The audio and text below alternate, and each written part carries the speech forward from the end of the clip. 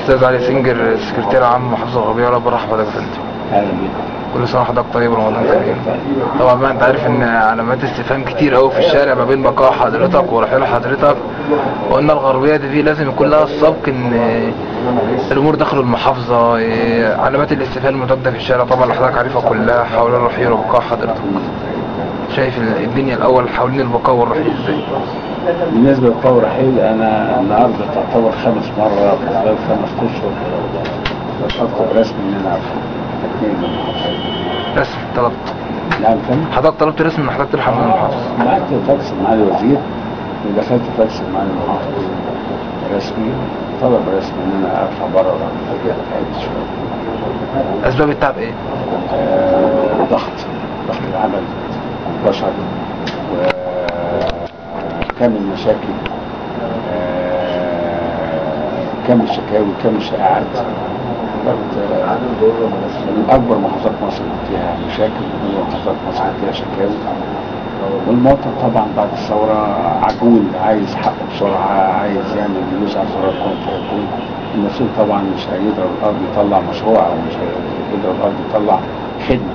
كلنا في مركب واحد. طبعا خزانه الدوله برضه فيها متاثره بانجازات، عايزه تنفذ كل ما هو مطلوب للمواطن يساعد. فطبعا هيبقى في تقصير في بعض الحاجات. المواطن مستعجل دايما بصفته يتلطف، ودلوقتي اديته الثوره اديته الحق والجرأه والقلب الجامد ان هو يطالب بصوت عالي. قد يكون حقهم، لان الفتره اللي فاتت طبعا فرق كبير قوي من قبل وبعد، في الطلبات، في شكل الاحتياجات ايه، زائد الامكانيات هي محدوده تقريبا. بنحاول ننمي مواردنا، لكن ان شاء الله متفائلين ان شاء الله. كنت حضرتك عارف طبعا ان ملفات الفساد اللي تم فتحها مستشفى الهلال، فساد الاورام، الحميات، كيفيه تعامل حضرتك مع مثل هذه الملفات ودور حضرتك فيه؟ نبتدي الاول بالهلال. الهلال الاحمر طبعا مؤسسه عريقه، هي جمعيه اهليه تشرف على هذا المستشفى، تتبع التضامن الاجتماعي. كان مجلس ادارتها مكون من شخصيات عامه كبيره برئاسه معالي المحافظ. طبعا كان في كم من الشكاوي بعد الثوره من العاملين هناك، كيميائيين وممرضين واداريين. ابتدينا نستمع ليهم ونتحقق منها. تم الاستغناء عن خدمات المدير التنفيذي السابق اللي كان ماسك الجمعيه وماسك في نفس الوقت المستشفى. طبقا للقانون حلنا، عملنا اجراءات حل مجلس الاداره السابق، لان كان معالي المحافظ الاسبق اللي هو محمد الشناوي كان رئيس مجلس الاداره في هذا الوقت، تعاطف مع رؤيه العاملين جوه بعد ما تاكدنا ان في فعلا بعض الاخطاء الماليه والاخطاء الاداريه في اداره هذا الصرح، والاهمال ادى فعلا الى ان احنا كنا في سبيلنا الى خساره هذا الصرح بالكامل. اصدر قرار معالي بناء على مسؤوليته الخاصه بحل مجلس الاداره بتعيين مفوض عام لهذا الصرح من خلال تطبيق احكام القانون 84 سنه 2002 بشان الجمعيات. عيننا مفوض هناك، وعيننا مدير عام للجمعيه بحكم القانون برضه، ومدير مالي، وابتدينا نعمل اجراءات صرف مستحقات العاملين. عيننا مدير عام للمستشفى الدكتور امين شهاب، شخصيه محترمه جدا من المحامين، وقبل تطوعا عشان يرفع هذا الصرح بصفه خبراته في اداره المستشفيات في التامين الصحي. عيننا الدكتوره نهال عبد الغفار مدير برضه عام للبنك الدم اللي هو من اساس موارد هذا الصرح، ومدير المعمل. تم الاستغناء عن بعض القيادات في هذا المستشفى طبعا عشان اصوب او اعدل مسيرته، ابتدت الامور تستقيم في البنك. طبعا في محتاج شغل كتير جدا جدا جدا عشان ارجعه انه يعتمد على نفسه، لان كان هو حتى مش قادر يصرف على نفسه. دخول المستشفى مع 57 عامله قلق كبير قوي هناك، والعقودات والمش العقودات، وحضرتك فاهم القصه دي كلها. مستشفى 57 ده طبعا حاجه كبيره جدا جدا جدا، سبق للمحافظات الجمهوريه اللي يبقى تاني مستشفى على مستوى الجمهوريه يكون في طنطا. بس هم خدوا جزء ما بين وخلفوا العقد اللي طبعا اللي ظهر لكل الناس. لا هو عشان اقول لك على حاجه، كده كده هو مكسب الغربية.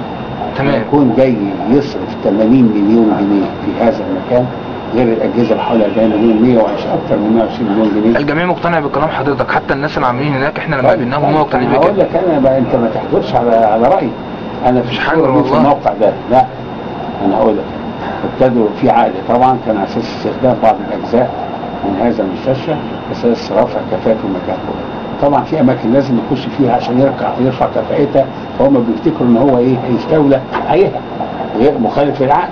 العقد ليه اماكن هو دخل في حته ثانيه غير الاماكن المدرجه في العقد، فهم بيظنوا ان هو لا، ده هو بيرفع كفاءه، بيزود كفاءه، بيقوي سقف، بيقوي كاميرا مقلوب، هيعمل الواجهه بالكامل، هيستغل المكان ده ويحط مونيتور، يحط جنريتور كهرباء، هيعمل حاجات كتيره. طبعا اذا كان هو استخدم جزء زياده فلا بد ان انا اطالبه بفرق العقد. العقد بيصرف 750,000 جنيه، بيدفع 50,000 السنه للهلال الاحمر في استخدامه هذه الاماكن. زائد الطفره اللي هتحصل بعد كده ان المستشفى 57 هيستخدم بنك الدم بالكامل. العائد بتاع بنك الدم يبقى كل الهلال الاحمر، بنك الدم بتاع الهلال الاحمر. العائد المعمل برضه بتاع الهلال الاحمر هيستخدمه 57. المكان كله هيرتفع مستواه. طبعا ده طفره صحيه وطبيه خطيره، ويبقى مزار لكل ابناء الدلتا، اطفالنا الكرام في الموضوع ده. طبعا المفروض انا اشجع 57 ان يكون عندي صرح بهذا القيمه، يكون عندي انجاز بهذا الموقع، يكون طنطا بقت ابنه الدلتا في الناحيه في العلاج وفي التخصص، هذا التخصص النادر. كان مستشفى في الجمهوريه يبقى في طنطا. لازم اقف واشجع. اذا كان هم ليهم حق في فرق العقد، فده طبعا احنا بنطالب الشركه اللي بتنفذ بيه او بنطالب المؤسسه 57 بفرق العقد. وتعديل البنود برضه في فروقات العقد وبعد الادوار اللي اتخذت. اللي يهمني اقيم الاماكن اللي هيشتغلوا فيها واخد. لما كنا نخسر الهلال يبقى دي خساره المحافظه كلها والجمهوريه كلها. تمام. لان بعد ما صرف 40 مليون جنيه وحاطط كونتينرز هناك فيها معدات تقيله بالشكل ده، يشتغل واقول له بالسلامه يا قلبي، يا اما كذا يا اما كذا، يخسر. انا المفروض ما ابصش تحت رجلي، انا ابص للمستقبل. هيبقى في فايده كبيره جدا مش لطنطا بس، للمحافظه بالكامل. وربنا يشفي اطفالنا وما يجيبش هذا المرض. وطبعا بنقول ان المكان ده هيبقى قبلة وهيبقى محل جذب كبير للأطفال المشتبه فيهم إصابتهم أو الأطفال المصابين لا قدر الله، وهيكون نقلة كبيرة جدا للهلال نفسه، نقلة كبيرة جدا للهلال. مرتباتهم هتضاعف مرتين وثلاثة بعد استمرار والشغل سوا، لأن نفس التيم ورك ده هيعاون في شغل البنك، هيعاون في شغل المعمل، هيعاون في شغل التمريض والكلام ده كله. طب حاليا الشغل واقف؟ الشغل واقف لأن في خلاف. اللي بيعترضوا هناك، في هناك خبراء مع احترامي ليهم يوقفوا التعاون مع هذا. لا ما تخشش هنا، لا ما تخشش هنا، لا ما تخشش هنا. طبعا الامور سايبه وسايحه، وكل واحد معين نفسه خبير وواصي على الهلال، وهو موظف، ان هو مجرد موظف بس. هم بيخافوا على المكان ان هم ابناء هذا المكان، انا اؤيدهم في هذا، لكن مش معنى كده ان نوقف شغل الناس. خساره كبيره جدا بقول لك على حجم الاستثمار وعلى الطفره الطبيه اللي هتحصل، وعلى هتبقى محل جذب شكله. بقول لك يكفي انه تاني مستشفى في الجمهوريه يبقى في طنطا، ما اتعملش في اسكندريه، ما اتعملش في اسيوط، كان مرشح يشتغل في اسيوط. فطبعا انا اولى بيه وهو اولى بيا. نبص لقدام شويه، نبص ان انا عندي حجم استثمار، هيبقى طفره طبيه، هيبقى في انتعاشه في نفس المستشفى. يكفي انه هيجدد المستشفى بالكامل. من ضمن برضه بنود هم فاكرين انه هيحتل المستشفى ويطردهم. لا طبعا، ده هيستغل كل حاجه في المستشفى، هيرفع قيمتها، هيرفع كفاءتها، هيطورها. ده جايبين ملفات صور لبعض الخرسانات بايشه، فلازم هو يشد ويظبط عمدان، ويظبط كاميرا مقلوب، ويظبط اسقف، ويظبط واجهات، ويظبط صرف صحي، وياخد يعمل غرف تحت في المدخل مثلا جنريتور والكلام ده. حاجات كبيره قوي وحاجات كتيره قوي هم مش متخيلينها، فاكرين انه هيحتل وهيمشي. ده هو بيطور وممكن ينسحب من كده. اذا كان طمع في حته هيقعد فيها، فانا بطالبه بالفرق بتاع الشقق. نعم. الشقق وازمه الشقق والمظاهرات اللي تمت اثناء اجراءات الجرعه، الاجراءات. انا عندي نوعين من الشقق. شقق تمليك، وكان الباب اتفتح 2008 2009، وللاسف عدد تجاوز الناس عن العدد اللي انا كنت ببنيه. انا كان بنبني 232 وحده تمليك ومقدمات 5000 جنيه. الناس حجزت في 2008 عدد قليل. تمام. لما اتفتح الباب في 2009 تجاوز العدد 1000. يعني فتحنا فتره معينه فوجئنا ان العدد قدم 1000، فاضطرينا قلنا يبقى لازم يتعمل قرعه على العدد وحدات التمليك. خلي بالك ده نظام تمليك طبعا مشروع قومي للدوله في الاسكان ده والشباب. النظام الثاني اللي عاملاه الاوقاف، ودي بعيده عن الوزاره تماما، عن المحافظه تماما، بعيد عن وزاره الاسكان والمحافظه تماما. ده نظام ثاني، نظام ايجار، في حجره وصاله وفي حجرتين وصاله، وده بيبقى العقد لمده 5 سنين، ومسطح الشقه حوالي 60 متر، في 50 في 60. والاوقاف كانت بتبني 877 تقريبا وحده، هتديهم 678 وحده هتديهم للمحافظه. المحافظه هتدخلهم في قرعه اللي هم الايجار، اللي هي بنقول الحالات اللي هي بتاعت 2011، وليس نظام البرنامج الايه القومي التمليك. فاضطرينا نعمل قرعه دي وقرعه دي. تقدم في القرعه الثانيه 35,000 واحد اللي هم جايين على ذمه الفوران اللي حصل في البلد، وقال لك كله يقدم شقه وكله مش عارف ايه، والمؤسسه اللي مقدمها 400 500 جنيه او 600 جنيه ايا كان نظام الاوقاف. فطبعا عملنا بحث، اكثر من 30 لجنه استمرت في الشارع للساعه 1 بالليل بتبحث عشان تشوف مدى حقيقيه الناس ديت. طبعا لابد ممكن يحصل اخطاء.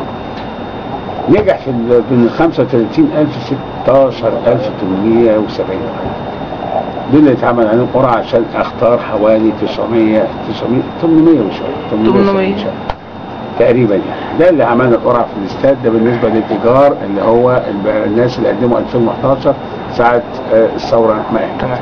انما النظام القديم ده ليه وضع تاني، ده تمليك، بياخد تمليك الوحده بالكامل ليه. ده نظام غير النظام، بيبقى له قسط تمليك وليس بيبقى قيمه ايجاريه. بيدفع، ممكن يدفع مقدم الشقه بالكامل 37,000 بتوصل، انما ده بيدفع 400 جنيه من 400 500 600. ده نظام غير النظام. فطبعا الناس لازم تفرق بين ده وده. امكانياتي انا 800 وشويه اللي اتعمل عليها. بس جت بعض الشكاوي ان بعض الناس اللي عندهم بيوت وعندهم شقق خدوا برضه شقق. في طاعون قدمت حوالي 18 طاعون، تمام، وفي 6 اتقبلوا فعلا طلع ان هم غير مستحقين، وفي 12 طبعا طاعون كلها كاسده. ده نزل نتيجه بحث من المحافظه، جهه محايده تماما ودقيقه، وترفع التقرير بتاعهم لمعالي المحافظ، المحافظ اعتمد التقرير. طب في الوقت اللي نزل فيه الكشوفات كان في اسماء متكرره؟ نعم، لا ده اسم واحد اللي كان متكرر ما بين يمين وما بين شمال. انا جات لي الاسامي كلها، تمام، لا يعني ما اقول لك حاجه يبقى تصدقني، واخد بالك. جالي اسم واحد والاسم مشابه رباعي، محمد ابراهيم محمد الشراوي، محمد ابراهيم محمد الشراوي، لقيناه هنا في التمليك ولقيناه في الايجار. طبعا لقينا ده رقم قومي وده انسان وده انسان تاني خالص. فعلا انا شكيت وبعت لجنه تتابع ده وده من ده، وجالي التقرير بالرقم الرباعي بالاسم خماسي وبالرقم القومي، طلع ده انسان. هذا اللي حصل، دي الطفره الوحيده اللي كان فيها تشابه اسماء تماما.